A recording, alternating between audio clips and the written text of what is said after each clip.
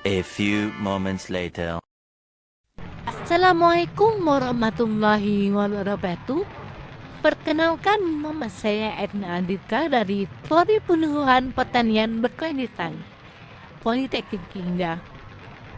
Tujuan saya membuat video ini yaitu untuk memenuhi tugas pembangunan pertanian berkelanjutan dengan gedung pemanfaatan lahan terbatas untuk pertanian berkelanjutan.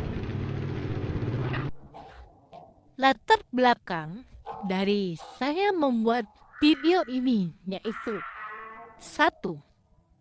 Dabo Singkep memiliki keterbatasan lahan pertanian akibat kondisi geografis pulau yang sempit dan banyak kawasan pemukiman. 2. Petani di wilayah ini dituntut untuk berinovasi dan kreatif dalam mengoptimalkan lahan terbatas. Ketiga, salah satu solusi yang berkembang adalah budidaya tanaman dengan sistem hidroponik yang tidak memerlukan tanah dan dapat dilakukan di pekarangan rumah. Dalam video ini, saya akan menunjukkan kreativitas lokal yang dilakukan penduduk di sini, yaitu tanaman hidroponik. Apa sih tanaman hidroponik itu?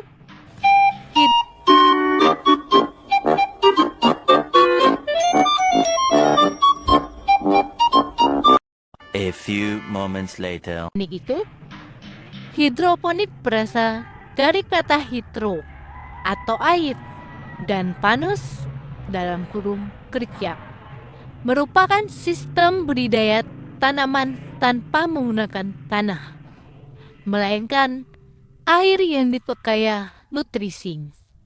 Cocok diterapkan di daerah dengan lahan sempit atau tanah kurang subur seperti di Dabo Singkep. Alasan petani Dabo Singkep menggunakan hidroponik. 1. Lahan sempit di daerah permukiman dan pesisir. 2. Kualitas tanah rendah karena bercampur pasir laut. 3. Efisiensi air dan pupuk yang lebih tinggi. 4. Dapat dilakukan di pekarangan rumah atau halaman kecil. Dan terakhir, 5. Nilai jual tinggi karena hasil lebih bersih dan berkualitas. Jenis tanaman yang ditanam. Beberapa jenis tanaman hidroponik yang banyak dikembangkan oleh petani di Dabo Singkep. 1. Sayuran daun seperti sawi, kangkung, selada, bayam. Kedua, tanaman bumbu seperti seledri dan daun bawang. Teknologi dan alat yang digunakan. 1.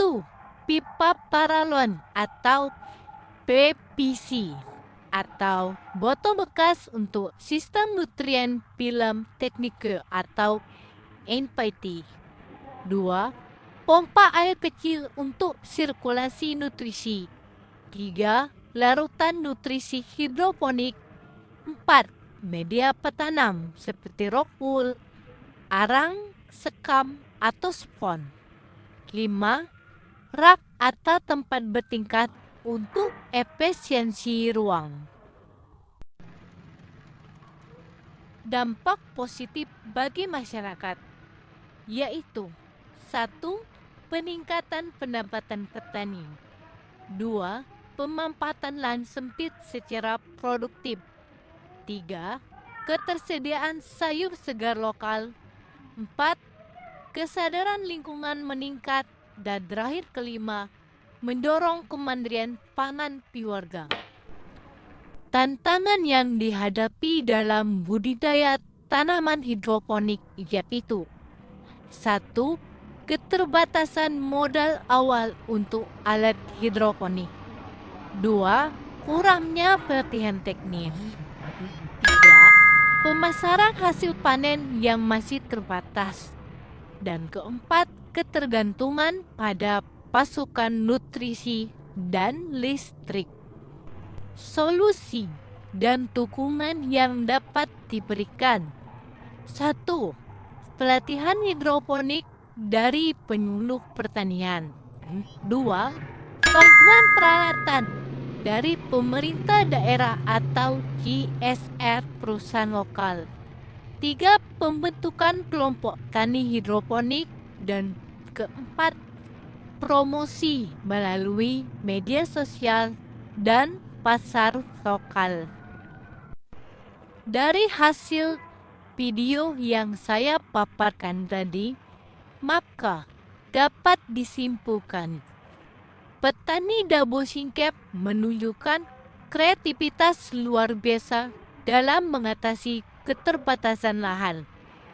2. Sistem hidroponik menjadi inovasi tepat guna yang ramah lingkungan dan efisien. Dan ketiga, dengan dukungan teknologi dan masyarakat, pertanian hidroponik bisa menjadi solusi berkelanjutan bagi wilayah kepulauan. Nah, di atas ini adalah bukti nyata bahwa pertanian hidroponik sangat diterapkan di daerah Dabo Singkep dalam mengatasi keterbatasan lokal. Salah satunya yaitu dari sekolah dan juga pemuda di Lingga yang menggunakan hidroponik. Nah, berikut sumber data yang saya dapatkan dari membuat atau merancang video ini. Yang pertama itu dari Batam News, yang kedua dari Batam Tribun News, dan ketiga yaitu Dinas Pertanian Provinsi Kepulauan Riau tahun 2024 tentang laporan inovasi Pulau Singkep. A few moments later. Nah, sampai juga kita di penghujung terakhir.